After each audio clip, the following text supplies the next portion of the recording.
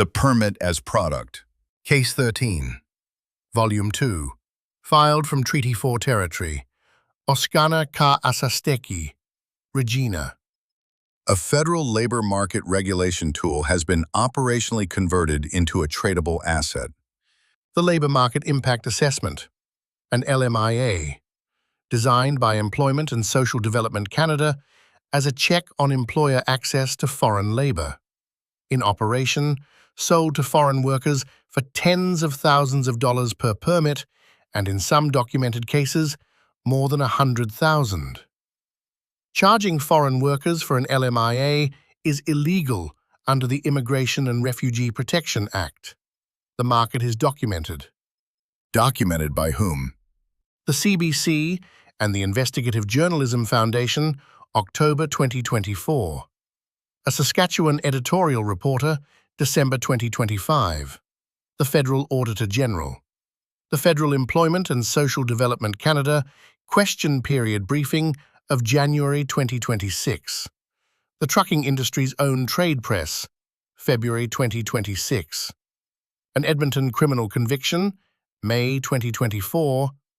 And the federal government's own December 2024 policy change eliminating the LMIA-related express entry advantage explicitly to curb fraud. An acknowledgement, in policy form, that the mechanism existed at scale. And the laundering claim.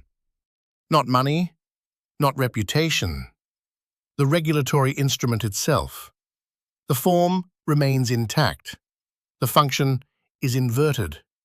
This case names a new layer of Volume 2's laundering taxonomy. The seventh layer. Tool. Section 1. What an LMIA is and what it became. A labor market impact assessment is a federal regulatory instrument issued by Employment and Social Development Canada.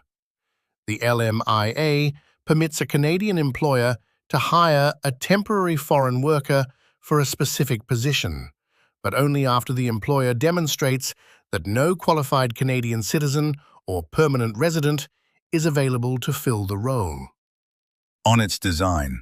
A labor market protection, a check on employer access to lower-cost foreign labor, intended to ensure that domestic workers are not displaced by imported ones priced below them.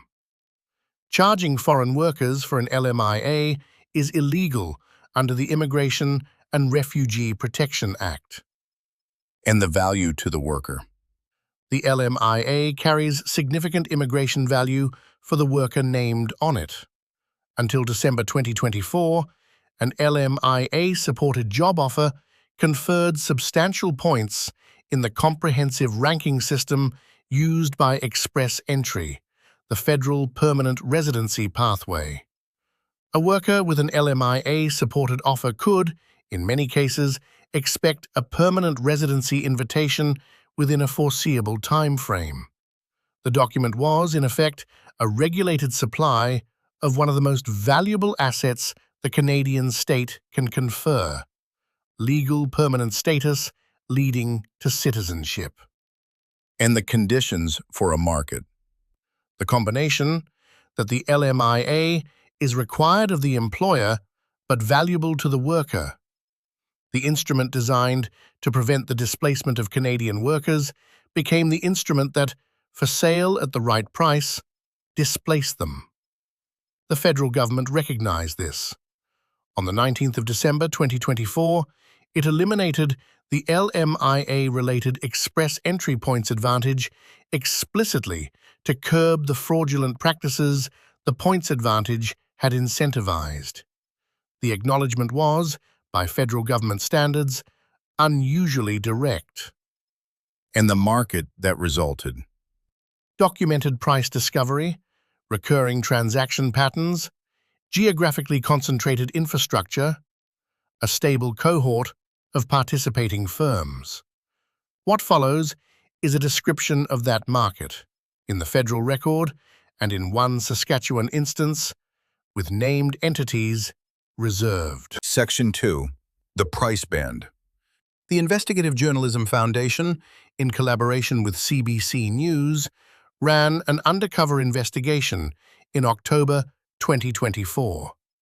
A reporter, posing as a recently graduated international student, contacted more than 20 online sellers, advertising Canadian jobs to temporary foreign workers on platforms including Kijiji and Facebook Marketplace.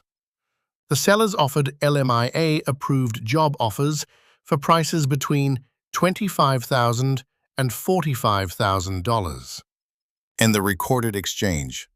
In a recorded undercover call, one seller asked the reporter whether she needed the job with LMIA or just LMIA without the job, whether she wanted real employment or only the documentation.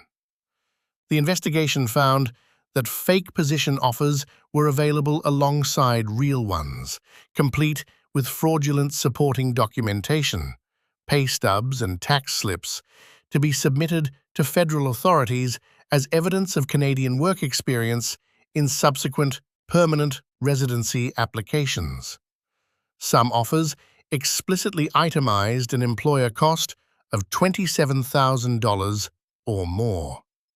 And the corroboration. Calgary-based immigration lawyer Jatin Shourie has, on the public record, worked with clients charged up to $75,000. The Edmonton-based immigration business owner, criminally convicted in May 2024, had charged between $30,000 and $45,000. Industry analyses identify a price range from approximately $2,000 to $200,000, the upper end associated with higher value positions and more elaborate documentation packages. Price segmentation, repeat sellers, identifiable transaction patterns. It is a market. It is a market. Toronto immigration lawyer Ravi Jain, asked by CBC to characterize the practice, used the available legal term. That's outright fraud. Calgary lawyer Jatin Shourie, asked to characterize the extreme cases, used a term legal proceedings have not yet caught up with, a form of pseudo-slavery. Section 3. The supply side. The supply side of this market consists of three coordinated functions, often co-located in shared physical or corporate addresses. First, the employer function. Businesses that hold an LMIA approval. The employer signs the documents, appears as the named hiring entity, and either provides a real job at the position named in the LMIA or, for the LMIA without job segment of the market, provides only a payroll registration sufficient to satisfy the documentary requirement. The employer is, in many documented cases, a small or newly registered business with limited visible operational footprint relative to the volume of LMIA approvals it holds. Second, the consultant function.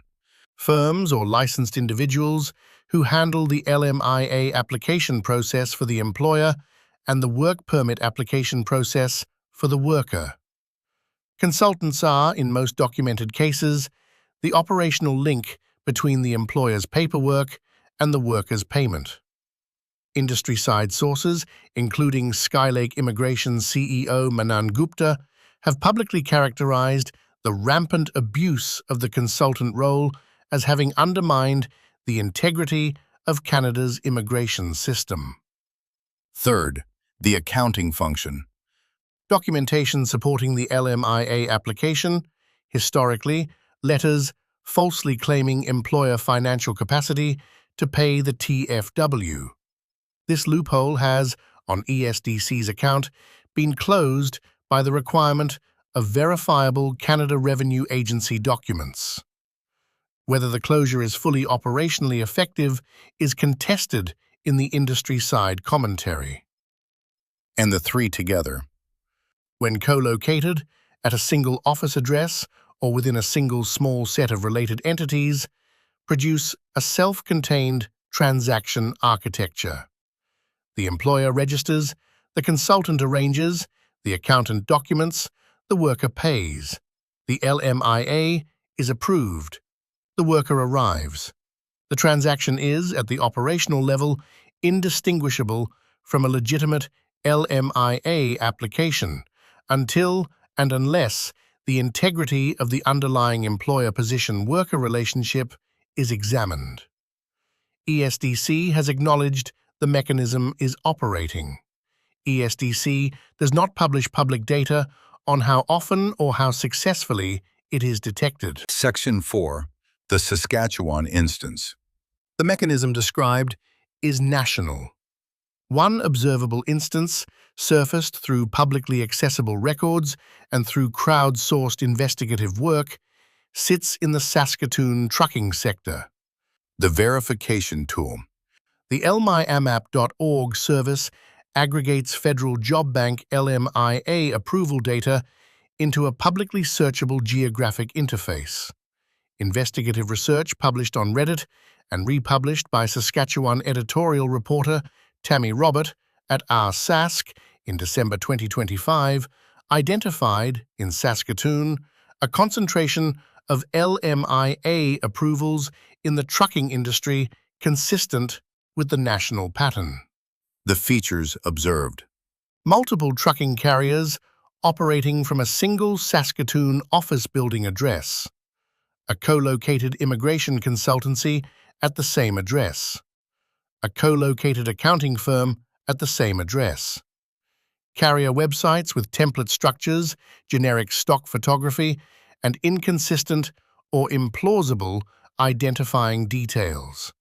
Founder names that resolve, on cross-search, to a substantial inventory of unrelated firms in unrelated industries across multiple international jurisdictions, each using the same template website infrastructure.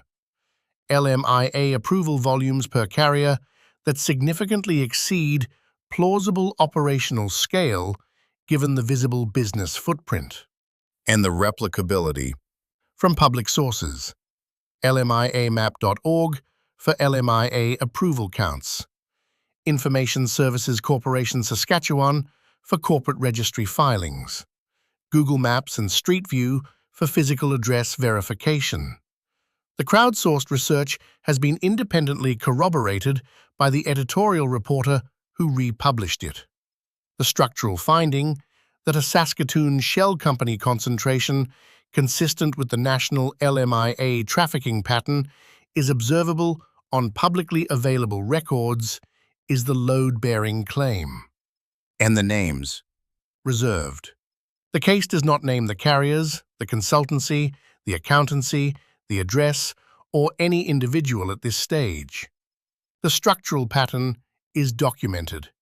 The case stands without the names. A Rev 02, undertaken with appropriate legal review and editorial backstop, could name the entities in the same way Case 11's Section 4.5 named Lexmark, once the legal exposure is assessed and accepted. And the grant program co-occurrence.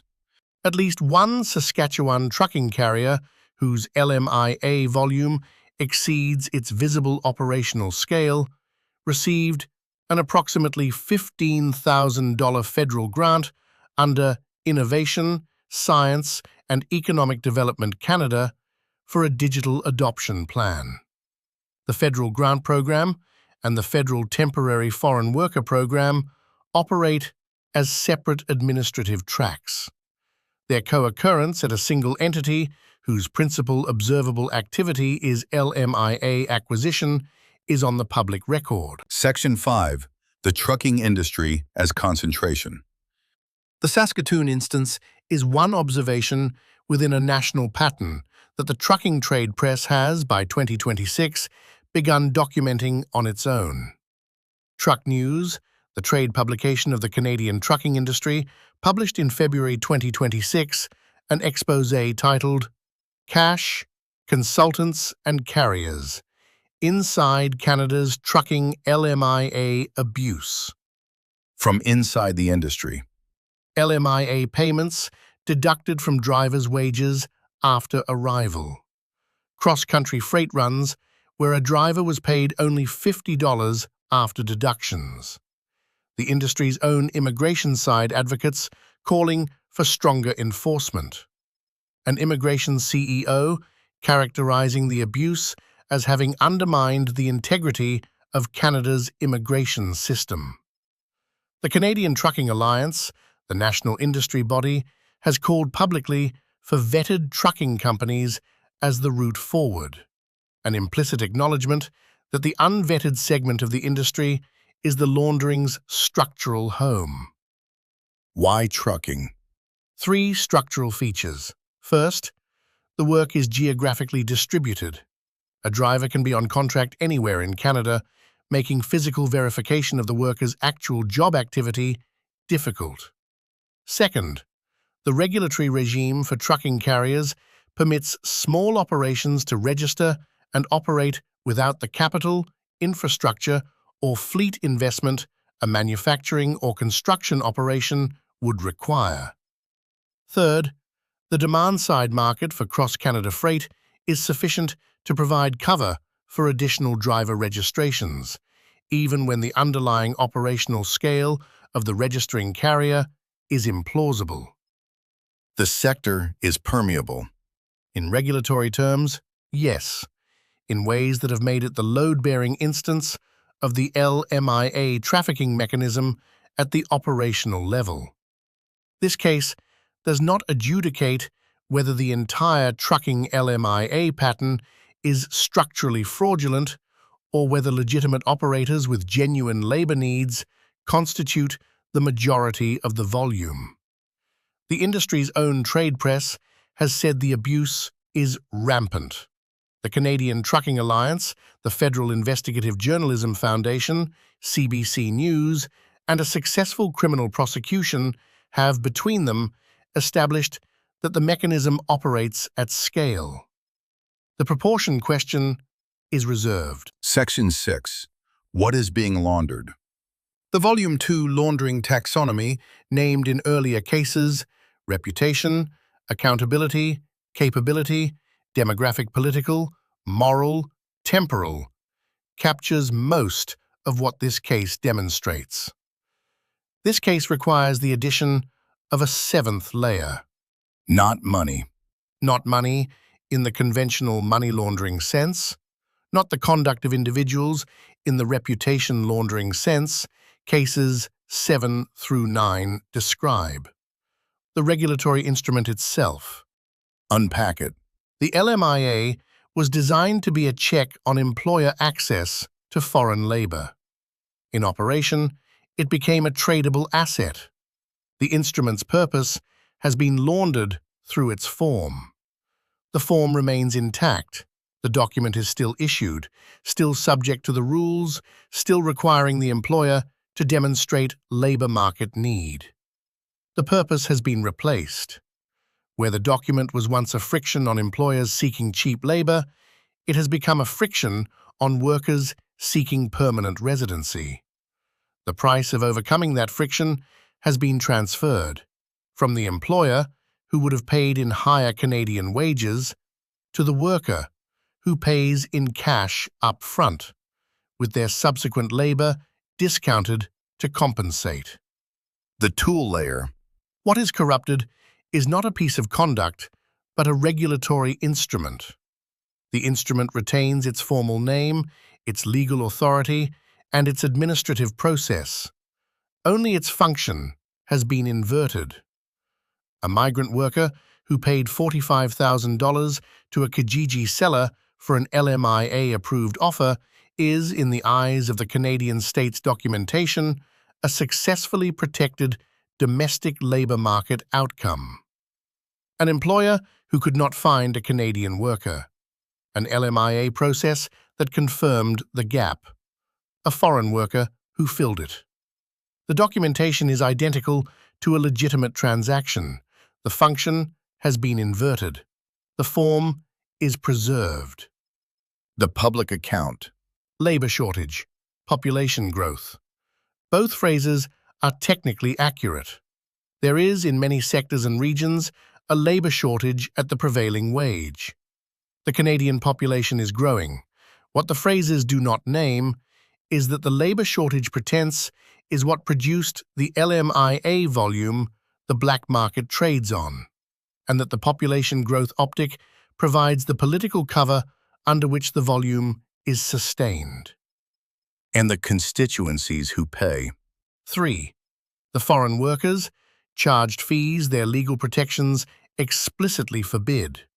The domestic workers, displaced from labor markets, described as having no qualified Canadian applicants. The public, which loses the integrity of a regulatory instrument that was designed to protect the first two groups. 3 constituencies pay. The cohort of employers, consultants, accountants, and broker firms transacting the market are paid. The asymmetry is durable because the political incentives at both federal and provincial level reward the volume the laundering produces. Section 7. Enforcement in 3 documented states. The federal apparatus has acknowledged the mechanism. 3 states are visible in the public record. First, acknowledge capacity.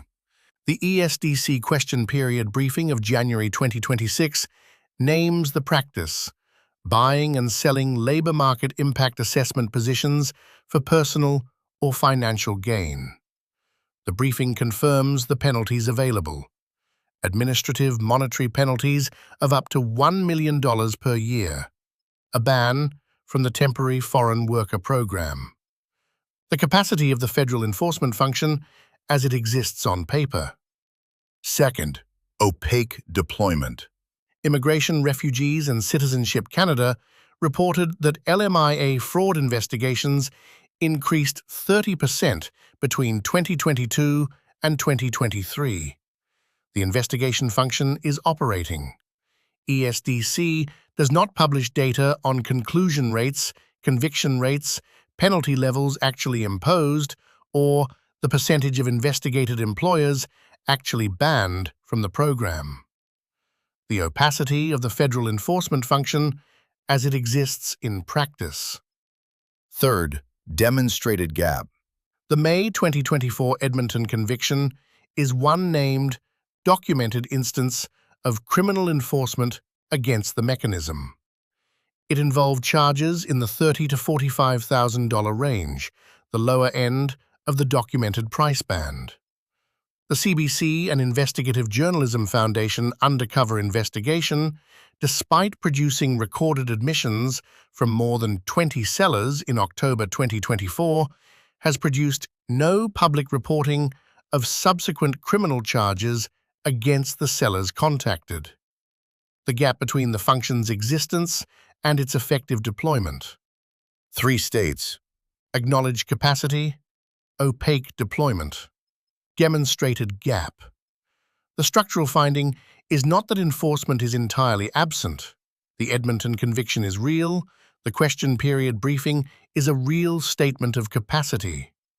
The finding is that the gap between acknowledged capacity and effective deployment is large enough to permit the documented market to operate at the documented price band. The cohort transacting the market makes its rational economic calculation in light of this gap. The calculation has, by the federal government's own December 2024 acknowledgement, been the right one for long enough that the federal government has had to change the regulatory rules to reduce the asset value being traded. Section 8. What this case does not claim. It does not claim that all LMIAs are fraudulent or that the temporary foreign worker program is, as a whole, a trafficking architecture. The program has legitimate operational use. Many LMIAs are issued for genuine labor market needs and result in legitimate employment relationships. The structural argument is about the captured segment of the market, not the whole program. And the workers. It does not claim that the temporary foreign workers themselves are the architects of the mechanism. The workers are paying tens of thousands of dollars for documents they cannot verify the legality of, often with limited English language access to Canadian legal advice, often under economic conditions that make the $45,000 purchase a rational risk relative to the alternative. The case treats the workers as among the cost-bearing constituencies, not as among the architects. And the trucking industry. It does not claim that all trucking carriers are participating. The Canadian Trucking Alliance's own framing, vetted trucking companies are the way to prevent immigration fraud, explicitly distinguishes between the vetted segment and the unvetted. The case observes that the trucking sector contains an unvetted segment of structurally significant size. It does not extend that observation to the entire industry. And the surfacing piece. It does not claim that the surfacing piece by Tammy Robert at Sask and the underlying Reddit research should be taken as the case's analytic. The surfacing piece raises questions and identifies named entities the case has chosen not to publish. The case's analytic is its own. The structural mechanism, documented through federal investigative journalism, a criminal conviction, federal government acknowledgement, and an industry trade press expose. And the Humboldt question. It does not claim a direct evidentiary link between the Saskatchewan LMIA trafficking pattern and the 2018 Humboldt Broncos crash. Both reflect failures of trucking industry oversight in the same jurisdiction under the same provincial government. The structural connection is real and worth naming. The direct causal link between the specific 2018 crash and the LMIA trafficking pattern documented here is not established by the available sources. The case does not make that claim. What it does claim. A federal regulatory instrument designed to protect labor markets has been operationally converted into a tradable asset. The conversion is documented in federal investigative journalism, a criminal prosecution, an industry trade press expose, federal government internal briefings, and structurally significant pattern observations in Saskatchewan. The mechanism's continued operation depends on the political and administrative cover provided by labor shortage and population growth framings. The cost-bearing constituencies, foreign workers paying fees, domestic workers displaced, the public losing the integrity of a regulatory instrument, are not represented in the political incentives that reward the volume. The laundering operates at the level of the regulatory instrument itself, with its formal authority preserved while its substantive function is inverted. The strongest version.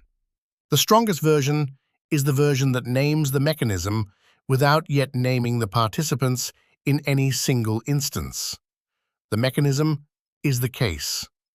The Saskatchewan instance is one observation. The federal investigative record, the criminal conviction, the industry trade press, and the federal government's own acknowledgement are the spine. The participants will, in due course, be named by ESDC enforcement, by future criminal prosecutions, by investigative journalism, continuing the work the IJF and CBC began, or by a future revision of this case operating with the legal backstop the present revision does not yet have. The architecture is the artifact. The names come after. End transmission. Filed from Regina. No sponsors, no trackers, open for correction.